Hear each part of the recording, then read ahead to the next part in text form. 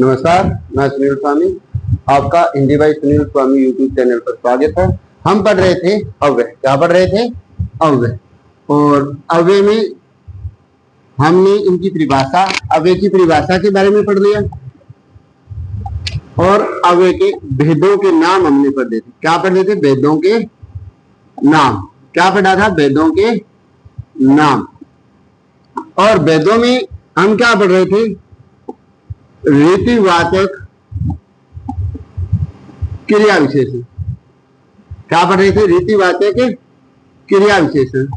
और रीतिवाचक क्रिया विशेषण हमने पढ़ लिया था।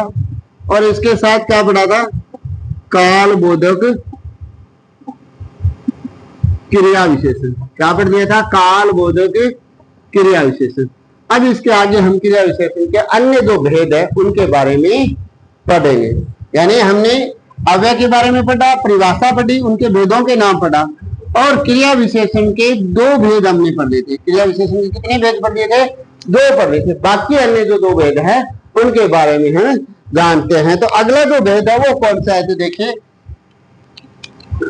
हम पढ़ रहे हैं, क्या पढ़ रहे हैं? तो क्रिया विशेषण पढ़ रहे हैं। क्या पढ़ रहे हैं?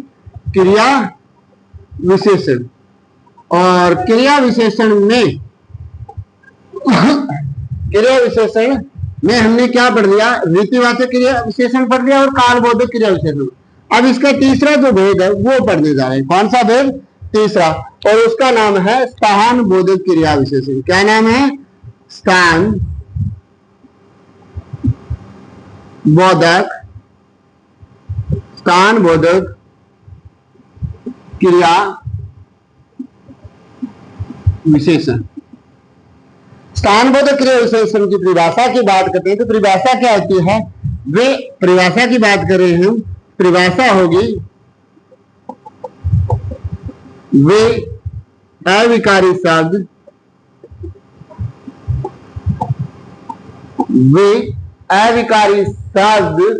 जो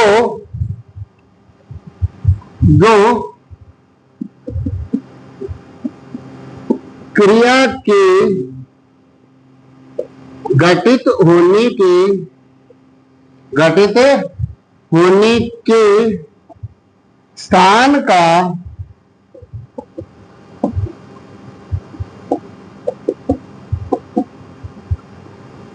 बोध कराते हैं उन्हें स्थानवाचक क्रिया विशेषण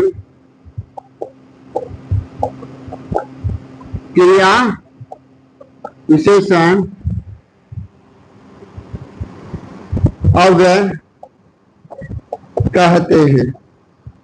क्या है? वे अविकारी शब्द जो क्या हो? क्रिया के घटित होने के, किसका ज्ञात करवाए? स्थान का ज्ञान करवाए। यानी जहां स्थान का ज्ञान हो रहा है, स्थान का बोध कराया जा रहा है, क्रिया के घटित होने के स्थान का बोध जहां करवाया जा रहा है उसे क्या कहते हैं?